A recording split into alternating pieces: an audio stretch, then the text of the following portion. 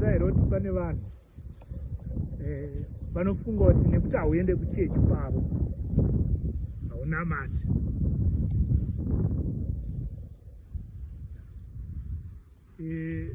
Moment yawakamira kuenda kuchechi kwavo iwe vakabva vatokulebhura semuhedheni, because kwavo kuchechi ndokwavanoBhilivha kuti kuna Mwari.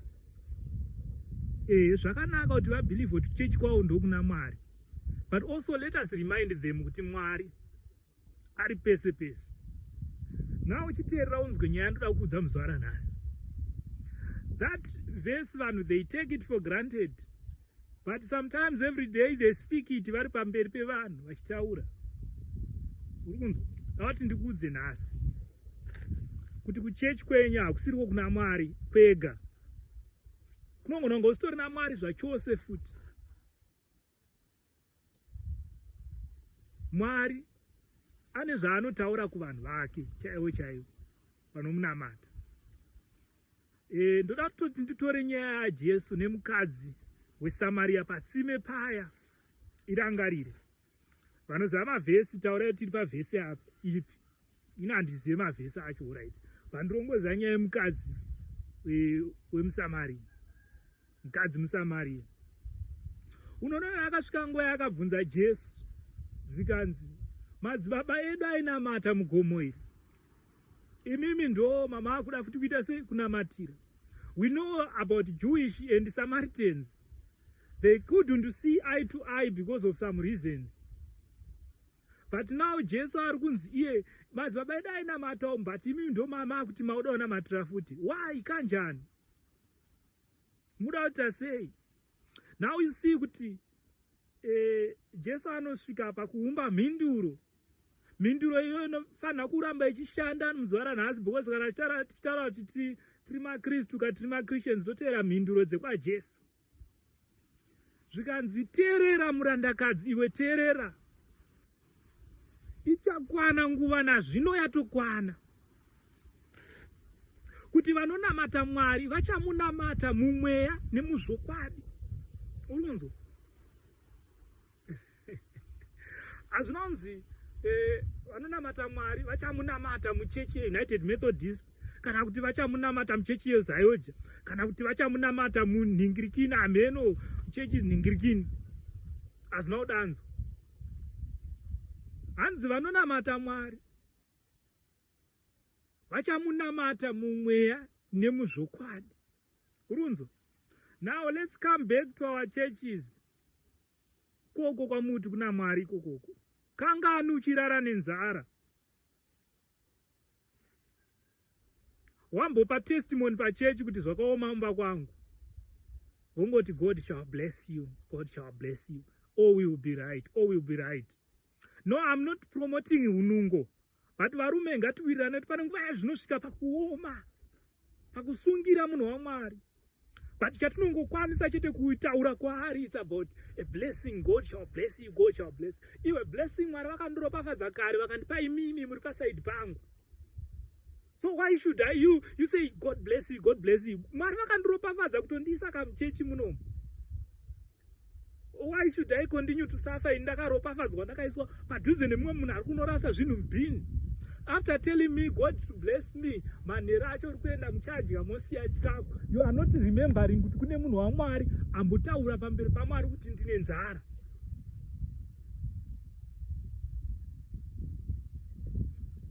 Ndo challenge yataita mazuva. Fake love. But tichiti tinonamata Mwari mumweya nemuzvokwadi. Kana titi mumweya nemuzvokwadi, if we talk of love, let us talk of genuine love. Kuti love yekuti tinozoungana paguva panhamo takuti haigara zvakanaka nevamwe muraini. Isusu takagara naye here zvakanaka muraini munhu iyeye? Hatina. Muchechi hatina kugara naye zvakanaka. That's why afa nenzara. But musi wanofa nenzara iwo tinounganidza mari yekumuchema neyekumuviga, mari yekofini, kutomutengera mamwe mablankets kuti aenda akafuga mablankets akanaka, but aifuga mablankets pamupembe. Rudo rwefeki rwekuti tinovaisa pamafuneral policy but pamedical aid hawanike. hama dzako izvo dzakamira rufu rwako because dzakakuisa pafuneral police, but pamamedical aid avo haupo. Hanzi mukwasha wangu ane rudo stereki, kana kuti nhenga ane rudo stereki, akandiisa pafuneral police yake nditoripo, ndakatoiswa papo pafuneral police yekunhingi ndiripo. Ivo hakuna rudo rwakadaro kuti unogadzira rufu kudarika utano. Sanyeperwe. That's fake. Hai. Saka muri kuzviona kuti kuchechi kwenyu kwamunoti kuna Mwari, ko kunongosina Mwari, Jehovha chaiye anonga asiko. Dzingani dzimba dzaputsika muchechi menyu. Mabrother mangana uri kuziva akabreka vana virginity muchechi, but vanenge vachimukira vachimira kumberi kwechechi vachiparidza zvekwaMwari. Vasikana vangani vari kuziva vaneta kukrosana muchechi, kuita ka sex network muchechi, but uri kundiudza kuti kuchechi kwenyu kuna Mwari. No. Makanaka baba makanaka zveumbwa. Chihure chichizara muchechi kuita kunge muclub. Muclub mutori nani because unopinda uchiziva kuti muno mune mahure. But muchechi unopindamo uchitarisira kuti muna vanhu vaMwari chaivo vakarongeka. But hauna kana unombowana neumwari. Fambi dzoga kubva kuna nababa vane mandebvu akaita seaya kusvikira kuna amai vacho vanenge vachingopiringishana imomo, angori madira tivhange, uyo achitiva yake umwe achitiva yake umwe. Ukapinda muchechi imomo ukada kuparidza nyaya yechipfambi, vanokugarisa pasi because vanonakirwa nayo. Kana kune chivi chinonaka, chivi cheupfambi chinovanakira, asi ndo chivi chakasvibisisa pamberi paMwari. Anyway, nyaya yandikutaura nhasi inyaya yekuti ikoko kunonamatirwa Mwari unokuziva. Mwari anonamatirwa mumwoyo mako. Saka inini ukanona ndapinda muchechi menyu usati ndiri kuchechi kwenyu, ndiri kuchechi yekwaMwari kwete yekwenyu. Ukandoona kuti ndakuregera kuya ikoko usanditsvage uchiti makazomirire kuuya, because ndenge ndaona kuti hazvisi kuita kuva pakati penyu. Ndo zvinenge zvandimisa izvozvo. Alright. Kuchechi kwenyu wati kuna Mwari handiti ndizvozvo. Ukapedzera kunzwa mufundisi venyu vachitsura chipfambi rinhi. 1. Number 2. Ukapedzera kunzwa mufundisi venyu vachitsura chipfambi chevana vadiki rinhi. Kana kuti munenge muri kuparidzira kunzi Mwari anoda munhu wese, kunyangwe nevasiri vhijini vanodiwa naMwari.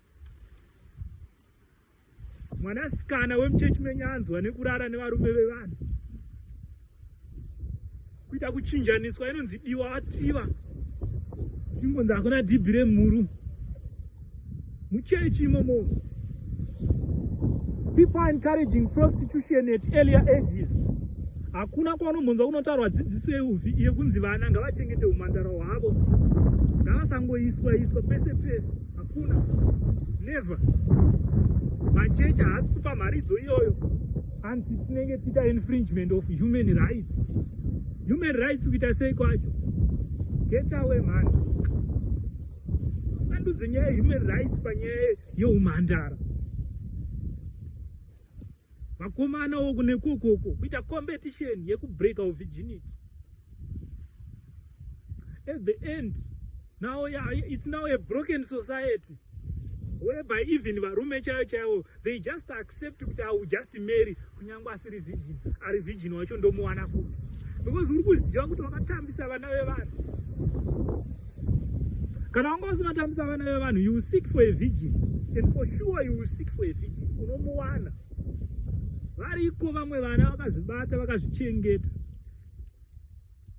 But because now the society yakungonormalize zvinhu zvisina basa zvenhema, zvakungonzi zviri normal, kuti munyika matinorarama hamuna munhu ari virgin. Munyika matinorarama hamuna munhu ari virgin, but kana muchechi menyu muina Mwari munofanira kunge mune vanhu vari virgin vese.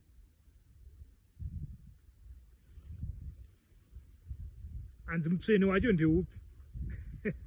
Mastatement ekusimbisa kapachechi wayo. Muromo wangu unoja sauti, saka ndinotadza.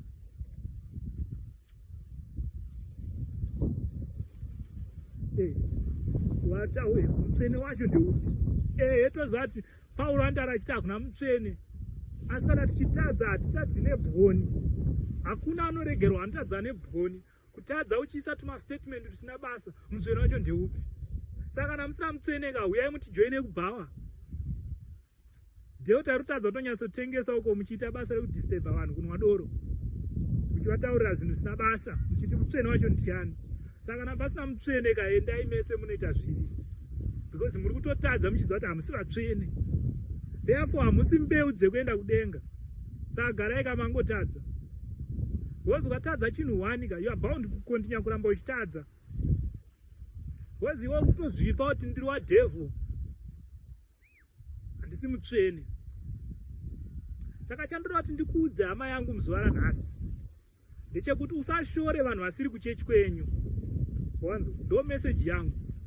Because kuchechi kwenyu Mwari anenge ariko, handisi kuramba whether ariko kana kuti haako, but Mwari ndewe munhu wese.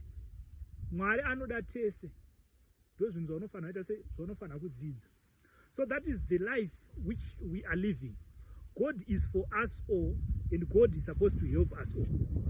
Saka ndiri kuti enda unoteerera message iyi muzuva ranhasi, unonzwa about this one.